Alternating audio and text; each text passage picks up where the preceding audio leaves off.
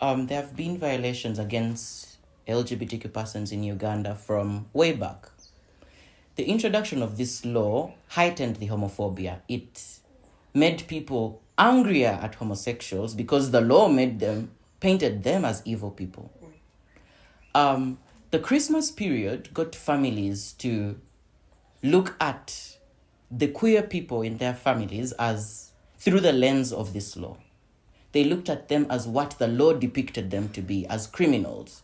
So in the Christmas period, we've had a lot of family-related abuses and violations.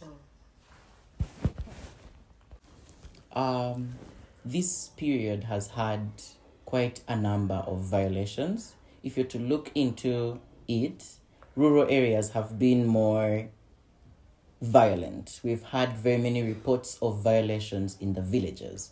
Christmas season culturally is a season where people go to meet their families. That means we had more people that have not been together in the same room, and this means queer persons as well. We've had violations, people being beaten by their own families. They're trying to beat the gay away.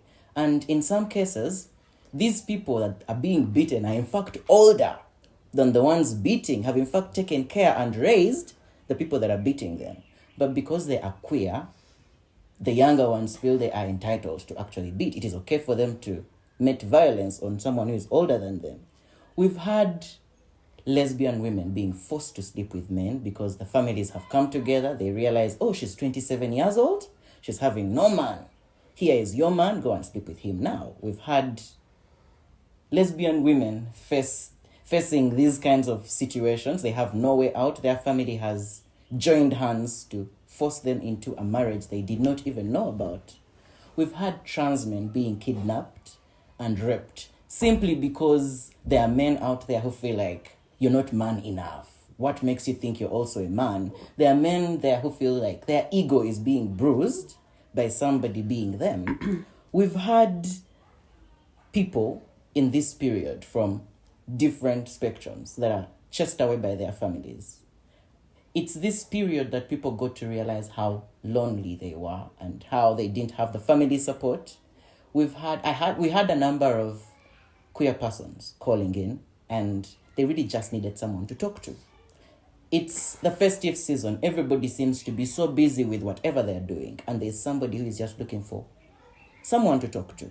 And these are the lived realities of queer persons. The mental health is at its worst, more so in these situations. We've had gay men and other people being assaulted and beaten, stabbed. We've seen dangerous actions being done, almost life-taking. And we have a very long way to go, I believe. With the very many cases that are flowing in, our biggest priority is really saving life. It's the overarching goal. When a queer person's life is in danger, we do all that we can to make sure they get to see another day. When we have, let me say, 2 reports at the same time, what we are going to base on is whose life is more at risk. Yes, they are both at risk, but there is one who may not live to see another day.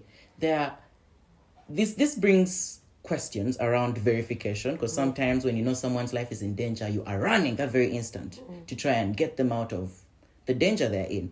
And sometimes when you get there, you realize you really had to do more verification. But at the end of the day, when you go through it and save someone's life, it's worth it. There are times when all a person needs is to leave that area and go to a different area. There are times when all a person needs is medical attention. Sometimes the reactors don't have to go there. When a person is in hospital, for instance, we speak directly to the doctors to make sure they are getting the medication they need immediately. When someone is beaten, for example, we are looking at medication at that point, and even after medication, we want to get them out of the space they were beaten. There's a challenge with people that are, should I say, visibly queer, whose queerness is very visible. They face constant or continuous attacks. You'll get a person from this region to another region, but because of what they look like, they are attacked again. Now, we are having very many questions around how to find a permanent safety solution. We've had lesbian women actually cutting off their dreadlocks because they want to look different so that they can be safe.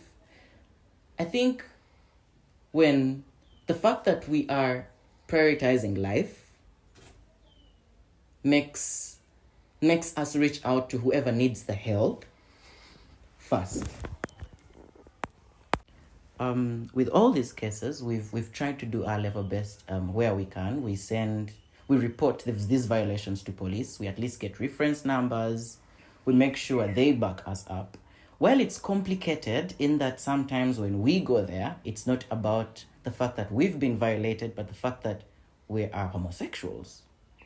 There are those dynamics in there about police being homophobic. So sometimes when sending somebody to police, they have to be escorted by a lawyer or somebody who is able to stand up for them so that the police doesn't turn against this person.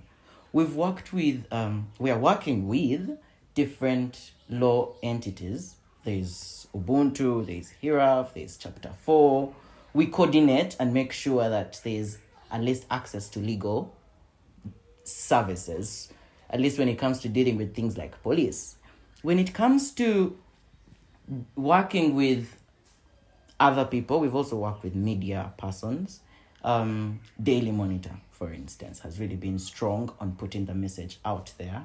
Articles, when there are cases, sometimes they reach out. There are also international media platforms that keep reaching out to ask about different violations that happen. We've worked with Kuchu Times Media Group. They in fact post the report.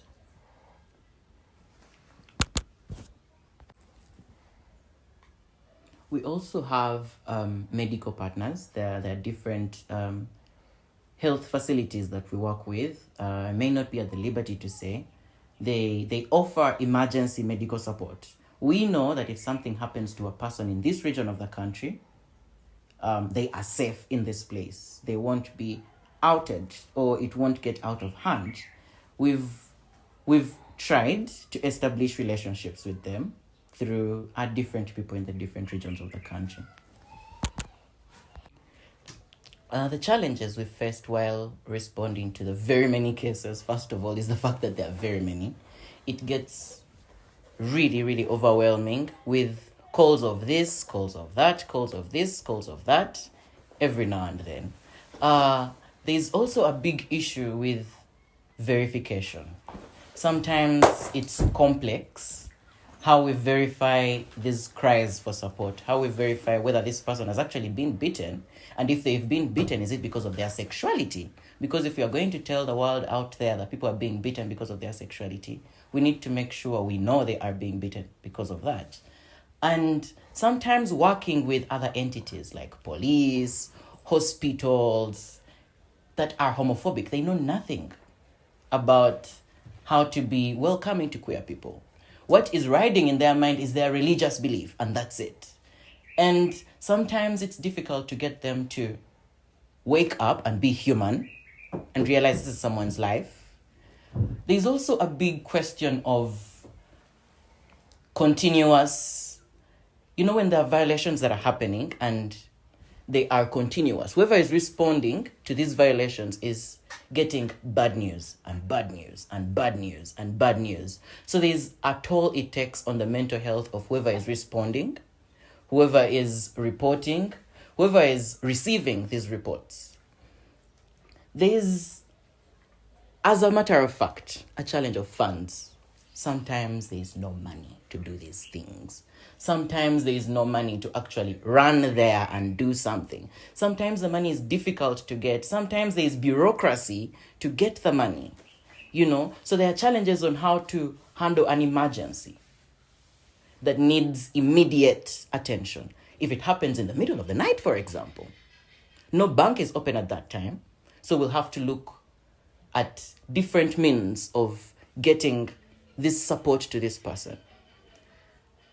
Generally, I would say, while there is a big problem called the Anti-Homosexuality Act in Uganda, it's not the biggest problem we have.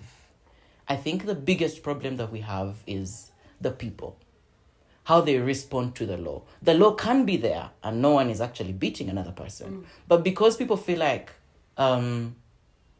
yes, we agree so much with the law, that means the biggest problem is with the people.